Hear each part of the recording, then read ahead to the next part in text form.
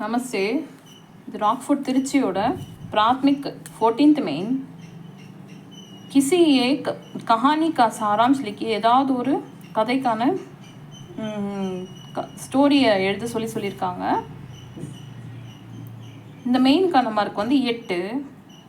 இதில் வந்து கவி और कंजूस दर्जी और आती सौदागर और बालून கொடுத்துருக்காங்க.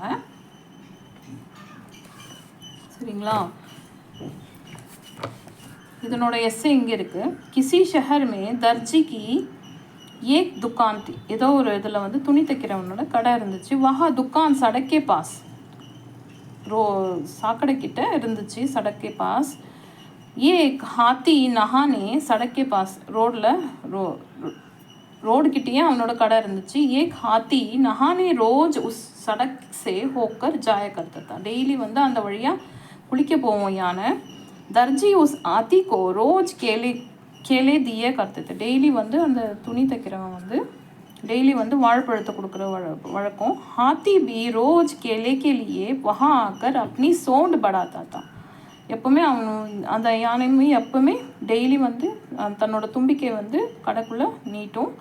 ஏக் தினம் ஒரு நாள் அதே மாதிரி ஒரு யானை வழக்கமாக பண்ணுற மாதிரியே பண்ணிச்சு. வாழைப்பழத்தை தருவாங்கன்ட்டு அப்போ என்ன பண்ணுச்சு, சோண்டை வந்து தும்பிக்கை வந்து உள்ளுக்குள்ளார விடும்போது துணி தைக்கிறவன் என்ன பண்ணால் வாழைப்பழத்தை கொடுக்கல. கேள்மே உஸ்னே ஏக் சூஹி சோண்டுமே சுபாதி, ஒரு ஊசியை வந்து அதனோட தும்பிக்கையில் வந்து குத்திட்டான் அவன் துணி தைக்கிறவன். தர்ஜிக்கா யஹா வியவஹார் ஹாத்தி கோ ஹச்சானை லகா. இந்த விவகாரம் வந்து அந்த யானைக்கு வந்து பிடிக்காம போச்சு. ஃபிர்பி ஹாத்தி சுப் சாப் நஹானே சலிகை. இருந்தாலும் அந்த யானை வந்து எந்த ஒரு செய்கையும் செய்யாமல் குளிக்க போயிடுச்சு. வாபஸ் ஆத்தே சமய ஹாத்தி நே அப்படி சோன் மே கந்தி பானி பர்தியா. திரும்பி வரும்போது யானை குளிச்சுட்டு வரும்போது தன்னோட தும்பிக்கையில் வந்து கெட்ட தண்ணியை வந்து நெரிச்சிட்டு வந்து ஃபுல்லாக எடுத்துகிட்டு வந்துச்சு. உஸ்னே தர்ஜிக்கு துணி தைக்கிறவனோட துக்கான் பர் வஹா கந்தா பானி டால்தியா. அந்த துணி தைக்கிறவனோட கடையில் அந்த கெட்ட தண்ணியை வந்து தூக்கி போட்டுச்சு யானை. அந்த ஸ்ப்ரே பண்ணி விட்டுடுச்சு வாயிலேருந்து. इससे दुकान में रखे सारे नए कपड़े खराब हो गए. இந்த கடையில் வச்ச எல்லா புது துணியுமே வீணாயிடுச்சு. அப் தர்ஜி பச்தானே லகா. இப்போ அவன் துணி தைக்கிறவன் தவிக்க ஆரம்பிச்சிச்சு.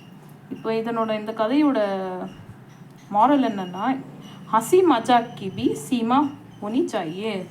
கேலி கிண்டலுக்கும் ஒரு அளவு வேணும்னு சொல்லியிருக்காங்க. இதுதான் இந்த எஸ்ஏ ரைட்டிங்கோட மாரல். ஆக்சுவலி ஏதாவது ஒன்று சூஸ் பண்ணி 3ல் ஏதாவது உங்களுக்கு ரொம்ப பிடிச்சதை வந்து இல்லை சின்னதாக இருக்கிறதா இல்லை உங்களுக்கு எது ஈஸியாக இருக்கோ அதை வந்து எழுதணும். தேங்க்யூ.